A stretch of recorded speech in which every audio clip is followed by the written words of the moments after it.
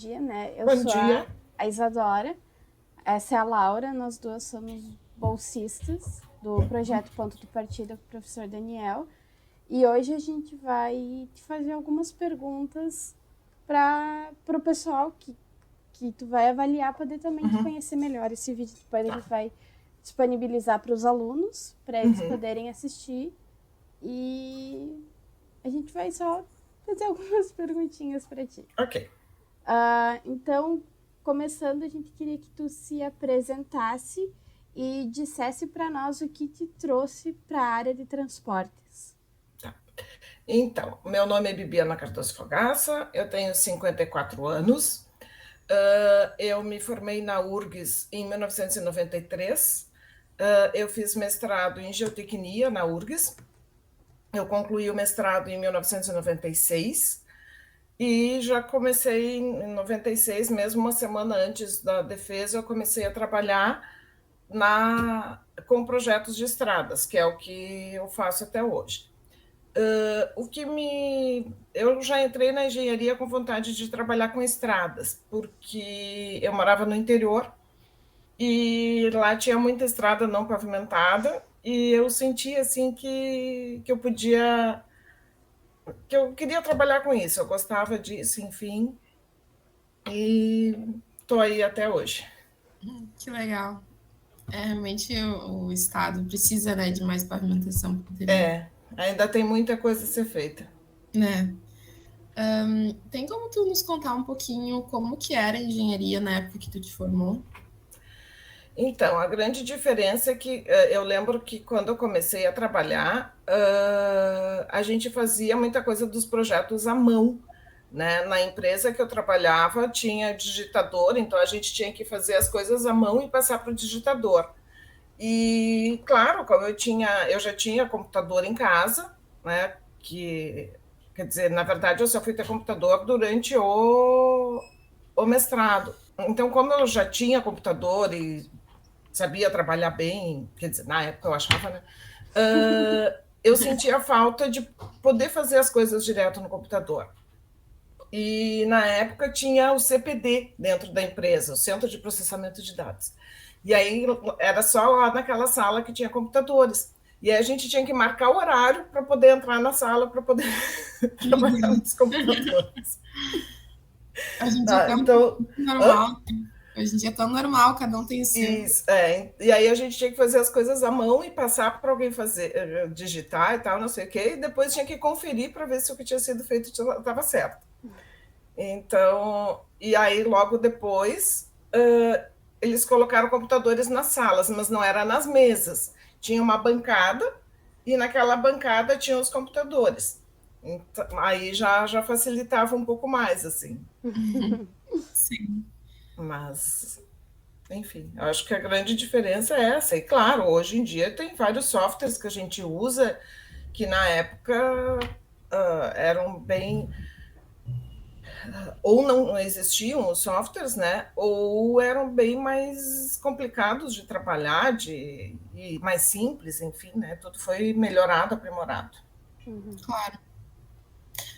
E atualmente, qual que é a tua função na área de infraestruturas? Se puder contar um pouquinho onde tu atua, quais as tuas atividades no dia a dia? Tá.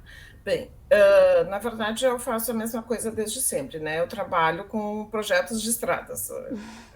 Desde que eu me formei, sempre fiz isso. E eu trabalho mais sempre também com estudos geotécnicos e projeto de pavimentação, tá? Só que né, com o tempo a gente vai adquirindo experiência, vamos percebendo a experiência da gente, a capacidade, enfim. E aí eu passei a trabalhar também com a parte de coordenação de projetos. O que eu faço? Então, assim, eu trabalho com projetos de estradas desde sempre. Claro que dentro dos projetos tem os projetos de pavimentação, né, de implantação, e também os projetos de restauração. Confesso que eu gosto mais dos de restauração, até porque é mais pavimento mesmo, né, do que... Gente, eu tô suando. É mais... Não sei, eu gosto mais de trabalhar com projetos de restauração do que de implantação, mas enfim. E para mim é sempre bastante desafiador, né, trabalhar com projetos de contenção.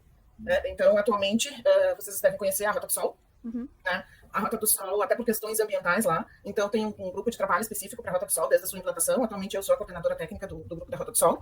E é uma rodovia que a gente está sempre constantemente avaliando as questões geotécnicas, né? Porque lá tem uma rodovia muito suscetível a problemas de estabilidade de taludes, né? Então a gente faz um monitoramento contínuo lá. E o que eu faço hoje, né? Eu sou assistente técnica do diretor-geral do DAIR. Eu estou no DAIR desde 2000, né? São 22 anos. E o que a gente está fazendo hoje é, em 1998, teve um programa que foi chamado Asfalto para Todos. Então foram feitos muitos projetos e na época os projetos eram projetos básicos, eles não eram projetos executivos. Então tem muito projeto que foi feito naquela época que acabou nunca sendo, as obras não sendo executadas, né? Porque depois eles mudaram o nome do programa, que virou os acessos municipais. Então a assessoria técnica do DAIR, da Direção-Geral do DAIR hoje, a gente está trabalhando com a atualização desses projetos. É o que a gente está fazendo, a atualização desses projetos dos acessos municipais. Entendi. E como que é a carga horária da profissão como engenheiro? Eu sempre trabalhei 8 horas. Na verdade, às vezes mais do que isso, né? Porque, porque assim, quando tem um projeto para concluir, tem que fechar, tem que cumprir prazo, né? E a gente viaja muito, né? Então, eu conheço praticamente o estado todo do Rio Grande do Sul, praticamente todas as cidades, porque a gente tem que, e eu acho isso fundamental, né? Tem que ir no trecho para conhecer. Mesmo que a gente tenha informações do Google, que tenha, né, que hoje em dia tem, que na época que eu comecei a trabalhar não tinha. Isso é uma coisa bem que ajuda muito, né? As informações que se encontram no Google aí, né, no Google Earth, enfim, isso melhorou muito, né, mas eu ainda acho que isso não dispensa a ida ao campo. Sim. Tá? Então é necessário, tem certos detalhes que a gente só percebe em verdadeira grandeza, só indo lá para ver mesmo. Tá? Então, claro que por conta disso eu viajo muito a trabalho, sempre. Né? Então... Uma coisa que toma muito tempo. Exatamente. E eu acho que eu tenho uma vida assim, um pouco imprevisível, né? Porque às vezes aparece algum problema, principalmente na parte de contenções, de estabilidade de taludes, que acontece algum problema e tem que ir no local olhar, e às vezes esse tipo de ocorrência não avisa que vai acontecer, né? Então... Sim. E tem que resolver logo também. Né? Exatamente. Então é uma vida um pouco imprevisível, mas eu gosto. A questão de rotina me incomoda um pouco, então eu gosto dessa coisa assim de ter que sair, de viajar. Sim. E o que, na tua opinião, é mais e menos atrativo na profissão de engenheiro? Menos atrativo é o salário.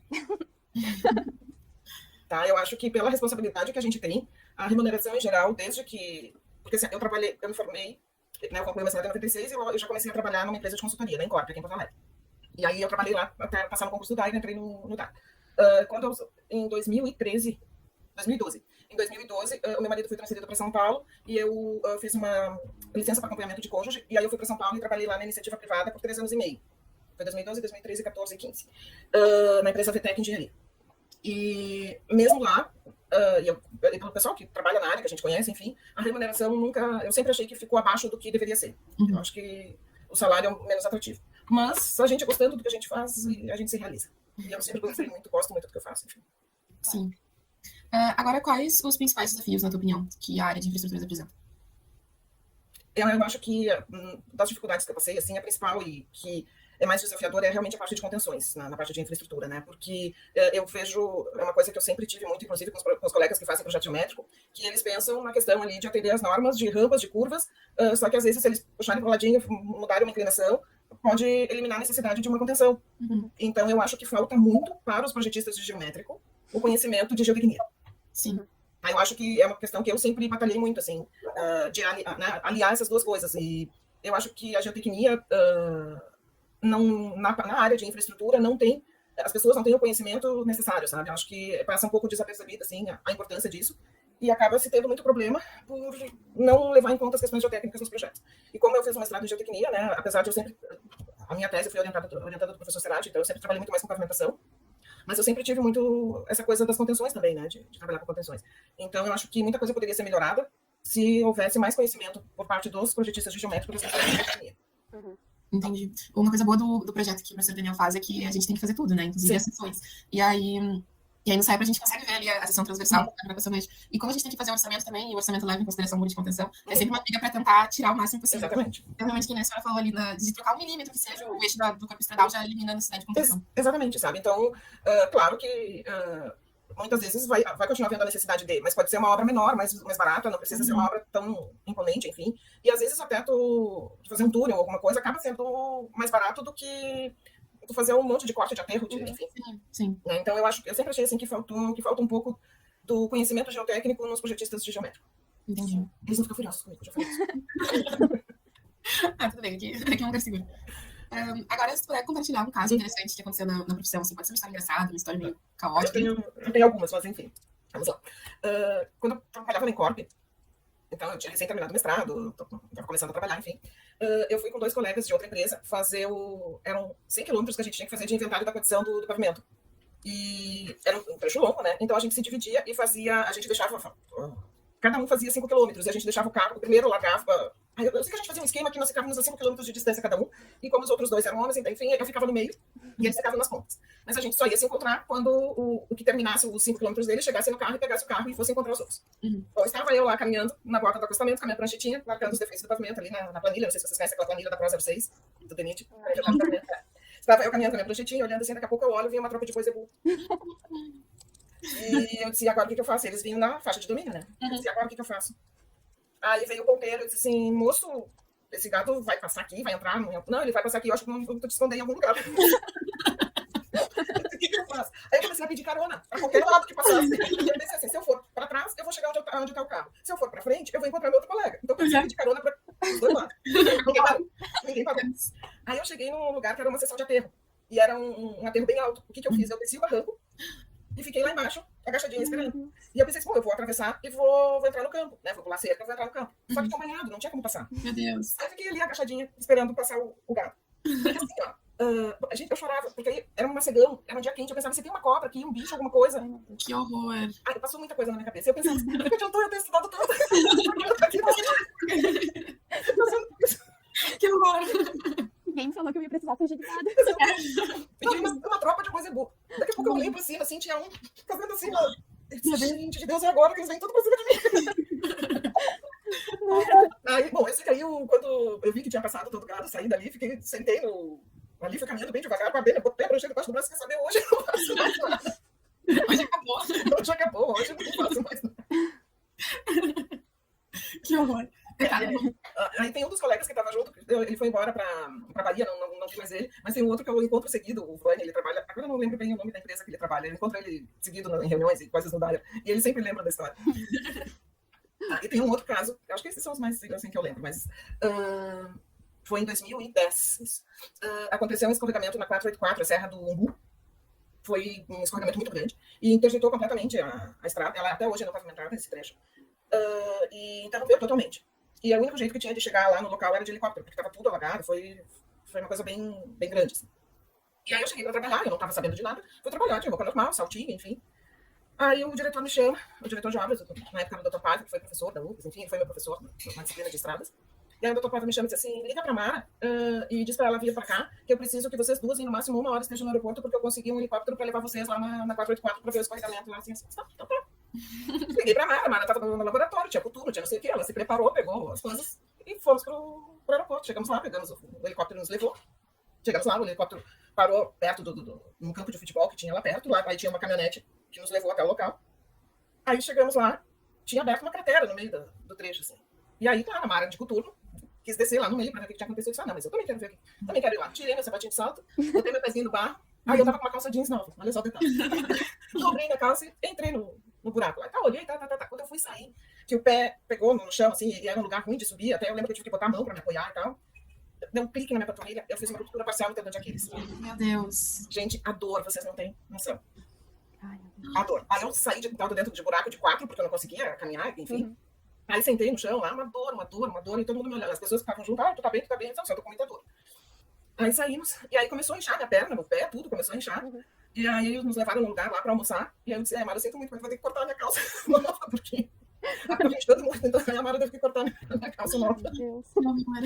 Aí a história continua, aí o helicóptero nos trouxe de volta, eu cheguei, aí tinha um motorista, aí eu já me levaram direto pra uma clínica de ortopedia e tal, já saí de lá com a perna engessada. Aí, no outro dia, fui trabalhar até pra entregar as coisas, e enfim, né? Não é bem assim. Não aparecer pra trabalhar mesmo estando machucada, né? Aí fui. Aí daqui a pouco me liga o Dr. Paiva e disse, vem aqui. Eles tinham, no Dyer tem o conselho de administração, que é a reunião tem no mínimo uma vez por semana, que é a reunião de todos os diretores. Uhum. E como era um assunto importante, o Dr. Paiva me chamou na reunião do conselho de administração para contar como que estava a situação lá, né? E aí cheguei eu de muletinha. Fiquei 3 meses imobilizada, na época fiquei 1 mês e pouco, porque eu não podia nem botar o pé no chão, né? Porque... Meu Deus. Sim, super grave. É. Aí eles viram que o escorregamento era sério mesmo. Então a gente tem umas histórias, assim, eu digo que a gente ganha pouco, mas se diverte, tem história para contar pros netos. Ai. Outra coisa que a gente queria saber é, na tua opinião, quais são as habilidades que um estudante interessado em seguir na área de infraestrutura precisa ter? Assim, uma coisa que eu percebo que me ajudou muito, tá? É a habilidade em escrever. Tá? Porque, assim, eu até hoje, eu trabalho muito com análise de projetos, né? Então, assim, eu vejo que durante a concepção, a gente vai fazendo combinações com as empresas e coisa do porquê que aquilo está sendo projetado de tal forma. E aí, quando chega o projeto para nós, isso não está escrito, ou se está escrito, está muito mal redigido, assim, que quem lê não entende, sabe? Então, e uma outra coisa importante é que, assim, na nossa área, a gente trabalha muito com proposta, né? Tem que fazer as propostas e engenheiro tem muita dificuldade de escrever. Então, eu acho que uma das coisas que até eu conversei um dia com a Carla Tenkaten, porque a Carla, diretora da Escola de Engenharia, foi minha colega de graduação, que eu acho que tinha que ter uma disciplina de português, de redação, de alguma coisa assim na engenharia, porque eu vejo que engenheiro tem muita dificuldade para escrever e é uma coisa que tem que melhorar, tem que desenvolver.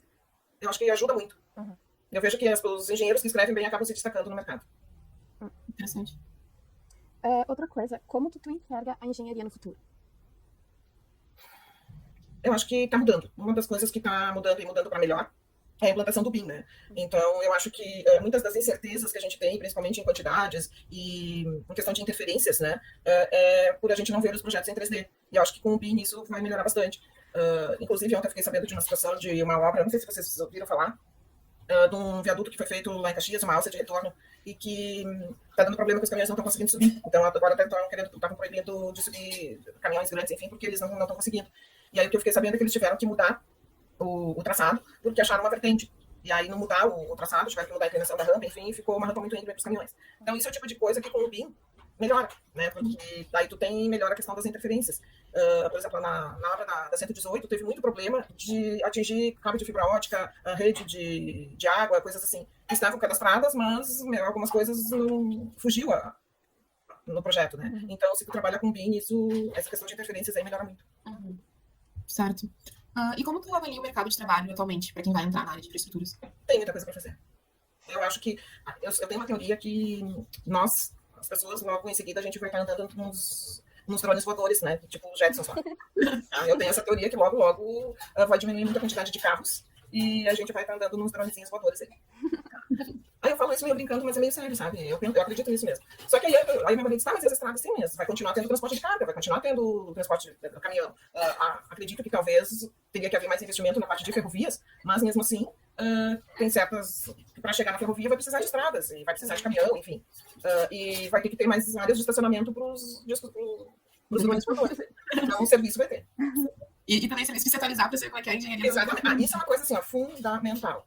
Não pensem que se formando vocês vão parar de estudar. A gente estuda a vida inteira. A gente tem que estar sempre estudando, sempre fazendo curso, sempre se atualizando. É um processo contínuo. Assim. Sim. Sempre. Bom, então, aproveitando a parte... não, pode continuar. E a questão de línguas também, né? É muito importante, pelo menos... Hoje em dia, acho que todo mundo, vocês devem dominar bem inglês, aí, enfim, mas assim, inglês e espanhol, no mínimo, tem que dominar, porque a literatura é toda... Principalmente em inglês, mas tem bastante coisa em espanhol também, enfim. Até bem da área de vocês aí, eu fui em 2016, que eu fiz o curso de HDM no Chile com o professor Maurício Salgado, e todo em espanhol, né? Então, a questão de línguas aí é uma coisa necessária. Entendi. Eu vou aproveitar o ensejo e ter um conselho para os alunos da engenharia de infraestruturas, algo que tu possa aconselhar eles na hora de seguir o caminho. É isso aí, é estudar. Eu acho que vai se destacar e vai ter mercado para quem estiver dominando o BIM, né, a metodologia BIM, os softwares em BIM, línguas, né, inglês, espanhol. Então, eu acho que não basta a gente ter o conhecimento que nos é dado na sala de aula, a gente tem que ir além. Claro. Né, a gente tem que buscar. E o que eu estou vendo de diferente, que está mudando e que vai exigir bastante de nós, é conhecer os softwares que trabalham com a metodologia BIM. Entendi. Isso é para ontem, assim, eu mesma estou tendo que me adaptar aí. Sim. E, Bibiana, como é que tu enxerga que o projeto Ponto de Partida, que é o projeto que a gente realiza, né, influencia dentro e fora da graduação para aqueles que participam dele? Assim, a gente vê que vocês saem bem mais completos. Sabe? Bem, essa coisa de pegar casos reais e de... Na verdade, eu não conheço muito o programa, tá? Mas só de saber que isso que vocês estão fazendo agora, de começar fazendo um estudo de habilidade, fazendo um projeto, eu acho que tem um envolvimento muito maior dos alunos e dos professores. É uma coisa que não tinha na minha época, não era dessa forma.